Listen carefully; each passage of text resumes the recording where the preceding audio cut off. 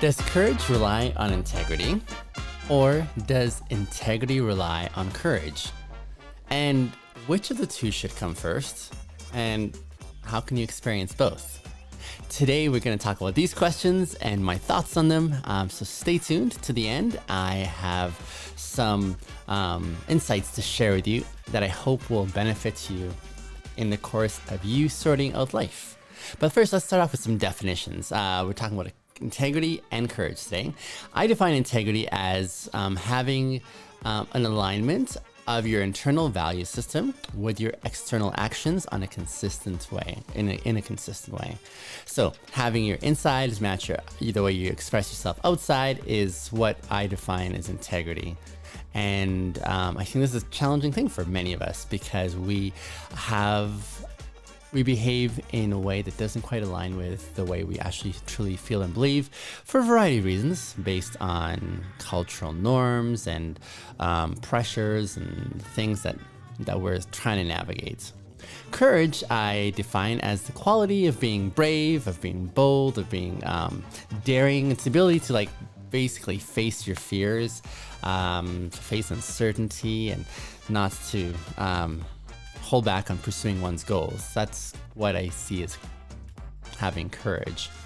But which of the two should come first? We've got courage, which seems pretty important, but integrity seems like a heavy hitter there too, doesn't it?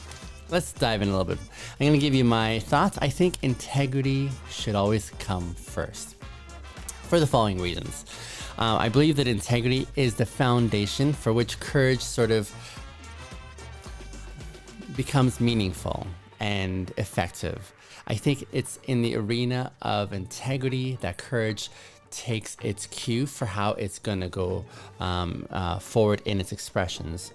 For example, one who does not have integrity or is not committed to integrity, they can be courageous, but I think their acts of courageous expression they can be perceived as misguided or harmful to those around them. They can also make decisions without frame of reference to their value system that they subscribe to, which again, they can bypass integrity in acting courageously, but it really isn't helpful or beneficial to themselves and to those around them as well. Those, however, who do have a commitment to integrity, they make courageous decisions that are based on their values and their beliefs that they believe, and they align with those. And so when they have expressions of courage, it's usually in a consistent trajectory that has a playbook, if you will, with a set of rules of what I will do and what I won't do. They're more open-minded to taking calculated risks because they understand the benefit that it is to themselves as well as to those around them. Furthermore, they are more prone to inspire trust and respect with those that they're rubbing shoulders with, especially because it's an inspiring thing when you see acts of courage that are principled and that have a big why behind them. We consider some famous individuals from our history. For example, Martin Luther King was an example of an individual who had tremendous courage, but he also had integrity. Now, there are some stories about his integrity, in his personal life, but on the public stage, he stepped forth with integrity, saying, here is how we're going to engage and interact. And it took tremendous courage, and that inspired a nation to be able to take up the cause of equality amongst all people. I'm reminded of this was many experiences that I had as a school bus driver. As a school bus driver, loved working with kids, loved serving them while transporting them from home to school. My school bus that I had this one run for, I had the whole gamut from kindergarten right up to grade 12, and it was a very full bus. And I'm not sure if any of you have had experience on school buses, whether being driven in them or having driven them yourself. They can be zones of chaos, with kids running all over and moving seats and yelling and just being kids. And yet, there was some clear rules that I needed my students on my bus to be able to attend to. And I communicate those every year at the outset of the year. And so I set the standard, I set the boundaries saying, here's what's allowed, here's what's not allowed. You're gonna sit in your seats, you're gonna stay in your seats while the bus is in motion.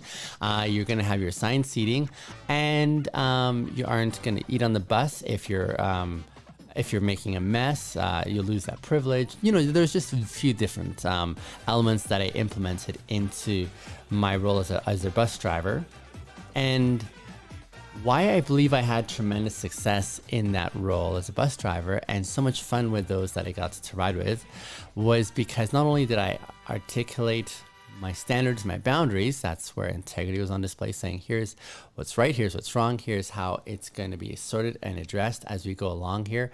But in addition to all that, when you break those boundaries, when you break those rules that I set, there are going to be consequences.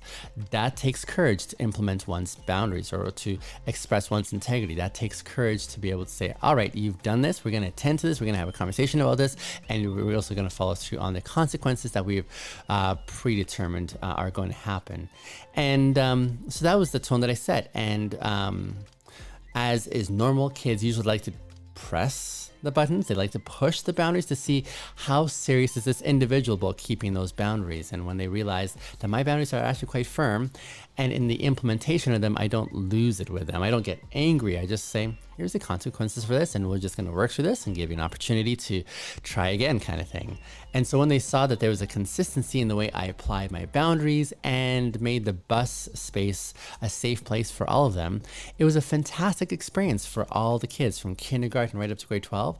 There was just this common sense of comfort and safety that they all had, that I was watchful of what was going on my bus while on the road, and that I would be able to catch all infractions. So they felt safe that I was going to make the right calls and that I was going to follow through on what I'd said. And so they all felt this sense of confidence that they would be able to inhabit that space without having concerns because I had their back that way. And it was a wonderful thing. So that's another example, for instance, of courage with integrity, and how the acts of courage that I had their constraints by the integrity that I set, saying here's how we're going to engage when we're on the bus. Now, integrity drives and gives guidance to expressions of courage. That's why I believe that integrity should come first in one's commitment going forward. So to answer the question, which of these should come first, I think integrity should always come first, because if you choose courage over integrity, then you have no mooring. You can do whatever without any frame of consistency or reference to what you truly believe and how you truly want to engage. And there's a lot more inconsistency with expressions of courage, especially when they come across in ways that don't align with one's values or beliefs, and when they can be harmful because of the compromise that they take. There are many courageous acts, I would say, whereby the very motivating considerations are how can I get whatever I'm aiming for regardless of any moral framework. For this reason, I believe integrity should always come first, because it gives guidance to, it gives the parameters for which courage is now going to have its expression. And to consider this analogy, for example, I believe integrity gives the playbook from which courage takes its expressions. Acts of courage are constrained to follow the priority of the values and beliefs itinerated in one's system of integrity, like what that looks like for them. Another example I was thinking of when I was on this point was how, as a soccer referee, I used to be a soccer referee for many years. I played soccer and then I refereed soccer for many years. And one of the things that players know when they step on the field, especially if they know who the referee is, they know what kind of game it's going to be. If the players get on the field and they see a referee come on whom they've had past experience with, a referee who is not very strong in calling a good game, a referee who is indecisive, a referee who can be bullied, a referee who can be intimidated, they can have a fairly good anticipation that this game is not going to go very well, because this referee is not able to set those parameters and implement them with decisiveness. So they are not expecting a very promising game as a result. And so they're kind of bracing for that. Whereas if a referee came on the field that they had experience saying, oh, that's a good referee, he's going to call a fair game. He's going to be very decisive in his calls. He's going to call the rules. He's going to know where to look so that there are no shady shenanigans that are going on the field. They have a strong sense of confidence, and they're able to now rest into and play the game because they know the referee is going to officiate in a really fair way. But that is an example where the referee is committed to a system of integrity, saying here's what's in, here's what's out, here's what's allowed, here's what's not allowed. That's the integrity framework. And then he follows through with the implementation because he's courageous to call the game. He's courageous to stop those who are breaking the rules. He's courageous to implement the consequences of sending players off if need be, or giving them the yellow or the red card, respectively, based on whatever infractions that they've been pulling off in the game. He's able to call that game really well. And so that instills a tremendous sense of confidence for all those who are involved in that arena. Which brings me to the point again that says integrity only makes sense when we consider that we are in community. Integrity does not make sense if you're just the only person in the world, but because we are in community, this is why we're having this conversation on what integrity is and what its entailments are. And it's often in the case of us in the midst of the community and how we're interrelating, interacting, and practicing interdependence with those that we rub shoulders with. Integrity and courage are both interdependent. They are, it's not a, which one do I have to choose? It's by all means have both, because both are really critical. They both support each other, but of the two, I would argue that integrity comes first. Integrity takes priority. Integrity takes precedence by way of commitment, because in the pursuit of integrity first, the courageous opportunities and the courageous expressions will have a fantastic playing book from which to be able to operate with consistency and according to integrity. So integrity and courageous commitments are interdependent. Furthermore, integrity provides, again, that foundation for courage, but courage reinforces and strengthens opportunities to pursue integrity. You see, I don't think I'll ever change my perspective on this, especially from my personal experience. I believe that when we make a commitment to, when we make the decision to pursue integrity in our lives in a really thorough and deep searching way, that is a massively courageous thing. And kudos to those who choose this path, because it's not for the faint of heart. It's going to call for some really, really big things from one, and massive stores of courage are necessary. Actually, plenty of opportunities to be courageous are going to come along for those who commit. So integrity provides the foundation for courage, but courage reinforces and strengthens integrity, because when one acts with integrity, they are strengthening their courage. You're going to continue to grow more courageous and bold when you walk through the threshold and commit to this lifelong pursuit of integrity. To experience integrity and courage, one simply needs to start with a desire for both of them.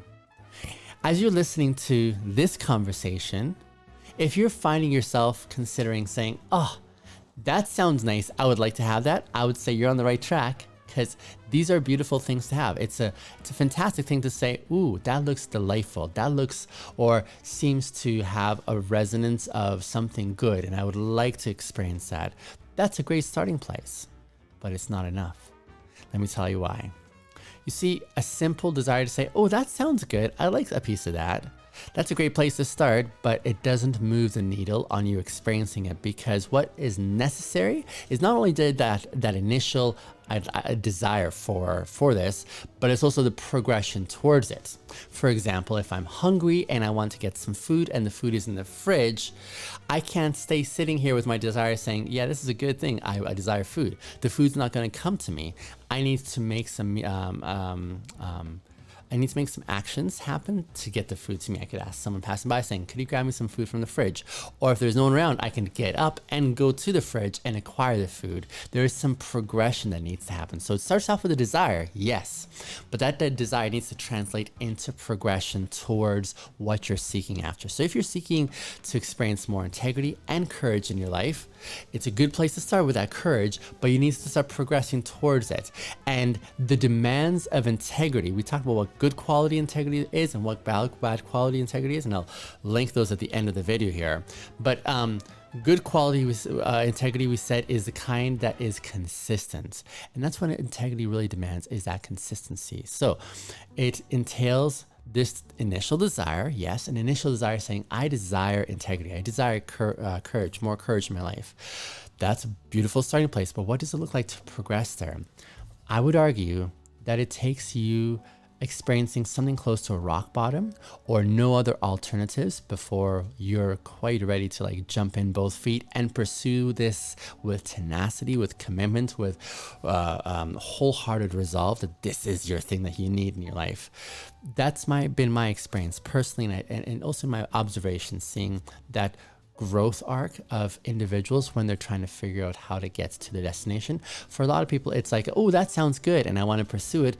But there's also other options, especially options for living life lacking integrity, because it seems so appealing and tempting. And so you're still, unless you're at that point of like, I have no other option but to choose this, you're still likely to choose those other options. But when you're seeking this desire that says, this is the only thing I need right now, I need this at the cost of everything because it's going to cost you, that's what will translate to that progression towards integrity and courage. So it starts off with that desire for it, yes, but it's also important to let this desire grow over time, to increase to a point that you're like, I gotta have this. And that may take some time. It may take some more stumbles along the way in other areas of your life where you're like, okay, I've had enough of this now. I don't want to learn this lesson anymore. So let that desire build up over time to the point that you're like, I gotta have this. It's kind of like going to the store and you didn't think you need anything at the technology store, for example, and then you see the latest thing that just came out and you're like, okay, I didn't think I needed anything, but I got to have this kind of thing. And that's when they usually make some amazing sales. It's when they catch individuals in that state. But what does that look like for you to increase your desire for this? What does it look like for you to increase your desire to say, I long for integrity in my life. I long for courage to be experienced here. And then furthermore, not only does it take this desire, but to begin experiencing integrity, a simple starting point is to get to know yourself, to be able to know yourself and say, what do I really believe? What do I really value in this world? What do I really hold as really critically important to me? You may not know the answer to this. This may take some time to get to know yourself. It may take some help looking to journal maybe and write out your thoughts maybe, or to talk to some trusted friends to try and explore yourself more, or maybe even like seeking the assistance of a counselor who can help you sort of understand a little bit more of yourself. But what does it look like for you to get to know yourself, especially in an honest way, in a way that you're like, okay, I'm not sugarcoating anything. Here's where I'm at this present point. As I progress into what I could be, here's where my starting point is. It's really helpful to start at this place. Besides seeking honesty with yourself and getting to know where you really are as far as your values and your beliefs, it's a pursuit of practicing honesty, rigorous honesty with those who you're in community with, and practicing also to be reliable and accountable along the way as well. These are necessary prerequisites for one being community, especially to survive interrelationally there. It's also to seek the feedback from others that you trust, and to learn from your mistakes. You know, there are some mistakes that I say aren't worth making twice. Those are especially the really painful ones. I know something of that because I've made some really painful, awful, devastating mistakes in my life. And there's some lessons that you just don't want to learn over again. And so what does it look like for you to learn that lesson once and not go back there again? Because You want to move on. You want to experience something more than just the pain of lessons that you're learning over and over again. And then to begin experiencing courage, this is where I would exercise some caution, because you don't want to just take a deep dive into the unknown. You want to start working incrementally, in small increments, and stepping out of your comfort zone, taking some calculated risks, and setting achievable goals to say, okay, here's what I'm progressing towards. How can I take a closer step there in a small little bite-sized chunks so that I can experience my lessons in the midst of those incremental steps you're taking in a way that isn't overwhelming. If you take the deep dive and all of a sudden you're learning some massive massive lessons from that experience, that could be debilitating. It could really shut you down. But if you focus on small bite-sizable chunks, then you can start seeing some growth over time. You start building confidence slowly by slowly. Your courage starts to take root, and you're able to start experiencing some wonderful transformation along the way there. But that's why I encourage you to exercise caution in the progression, especially of your growth in courage and expressions of it. So all this to say, I believe integrity has the priority before courage, because it really provides the foundation for effective and meaningful expressions of courage. Without integrity, or without a commitment to integrity, courage can be on display, but it lacks that consistency, lacks that element of how one shouldn't be compromising their values and themselves as well. So pursue integrity first. Again, courage is important. They're both interdependent, but courage really leans on integrity to give it the playing rules for which it can express itself in a really helpful way. I hope this has been insightful and helpful. If it has, would you be willing to join this unique community that I'm building that resonates with deeply resonates with committing one's life to living with integrity, and in so doing to inspiring others around them to also live with integrity? That's what I want to talk about in a very long-term engagement. I want to explore this theme of integrity. I want to talk to you guys as well. I want to hear some of your thoughts. I want to get some feedback. So drop me a comment down below and let me know some of the insights that you may have derived from this. Perhaps there are some considerations that I missed, or some things that just didn't quite make sense that I could clarify better. I would love to be able to have that opportunity, but all this can be just in the theoretical zone. If we don't actually take this to the next level, however, into practice, it still is meaningless. We can have great conversations, but if we don't experience the beauty of what we're describing, I'm wondering if it was time well spent. It's like talking about going to do something you've always wanted to do, whether it's travel, whether it's paint or whatever, but you always stay in the talking phase and you never actually progress and start doing it. What does that look like for you today to start implementing some of the things we talked about? Perhaps it begins with you just pressing that subscribe button and joining this community so you can be a part of these conversations and let these reflections sort of take up space in your mind so you can reflect on them and see how they affect you in your own personal life. Until our next video, thank you for listening in. Again, I'm going to just pin on either side here the videos that I was referencing earlier of good quality integrity, bad quality integrity. Have a look at those and consider those arguments to help you understand why I give them their grading of good quality and bad quality, and hopefully that will make sense as you listen to it too. But for the time being, have a fantastic day and continue to pursue integrity, because it is worth it. It's a courageous thing to pursue integrity, and I want you to know that I see you as you commit to it, and I appreciate you for doing it. I appreciate your camaraderie in it, because goodness knows we need more of it in our life and in our world today. Till next time, talk to you soon.